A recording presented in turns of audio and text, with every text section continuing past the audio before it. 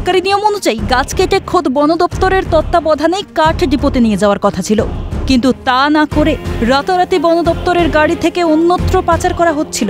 অভিযোগ সামনে রেখেই ব্যাপক শোরগোল হয় বাঁকুড়ার ধরামৌলি এলাকায়। জানা গেছে প্রায় 20 হেক্টর জমির উপরে থাকা একটি জঙ্গল কাটার কাজ চলছিল বন দপ্তরে। এই জঙ্গল রক্ষণাবেক্ষণের দায়িত্বে ছিল ধরামৌলি গ্রামের বন সুরক্ষা কমিটি।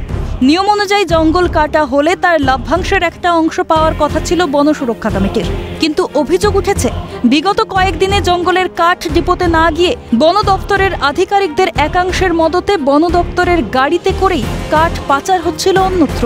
এদিকে ঘটনা নিয়ে বন দপ্তর মুখ না খুললেও বিষয়টি নিয়ে তারা তদন্তের আশ্বাস দিয়েছেন। দাদা, যখন গাড়িটা ধরলেন তখন কি গাড়িতে ড্রাইভার হেল্পার কেউ ছিল না? হ্যাঁ, দুজন ছিল, ড্রাইভারও ছিল আর হেল্পারও ছিল।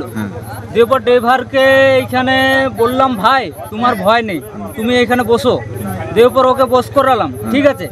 এক সেবিক স্যার এসে উনি বললেন গাড়ি আটকাইছেন, কোথা থেকে কি, আমার কাছে কৈফত জানতে চাইলো। তাকে কৈফত দিতে ড্রাইভার এবং হেল্পার পালিয়ে গেছে। কাঠ নিয়ে আসছে, আমরা কয়েকদিন ধরে ফ্লো করছি, গাড়িটা সন্ধ্যে রাতে লোড হচ্ছে আর আসছে। আমরা বলেছিলাম যে দেখুন এইভাবে চলবে না, দিন যা হবে দিনে লোড করবেন, রাতে লোড করবেন না, কিন্তু ওনারা শোনেন না। এইভাবে আমরা কয়েকদিন ধরে ফলো করছি যে কাঠগুলো কোথায় যাচ্ছে, ডিপুতে যাচ্ছে। আর কারা করছে? কাটিং আমাদের কমিটির কিছু লোক আছে, বাইরের কিছু লোক আছে করেছে, কিন্তু আজকে আমরা ফলো করে দেখছি যে রাত্রে যখন এই লোড হচ্ছে বেরিয়ে আসছে, এতগুলো তো কাঠ কোথায় যাচ্ছে, ডিপুতে তো ঢুকে নেই। আমরা আগে থেকে এটা করেছি যে ফরেস্ট ডিপার্টমেন্টের উপরে আমরা যদি নির্ভর করে থাকি তাহলে আমাদেরকে একদিন ঠকতে হবে। এদিকে বেগতিক বুঝে চম্পট দেয় লরির চালক।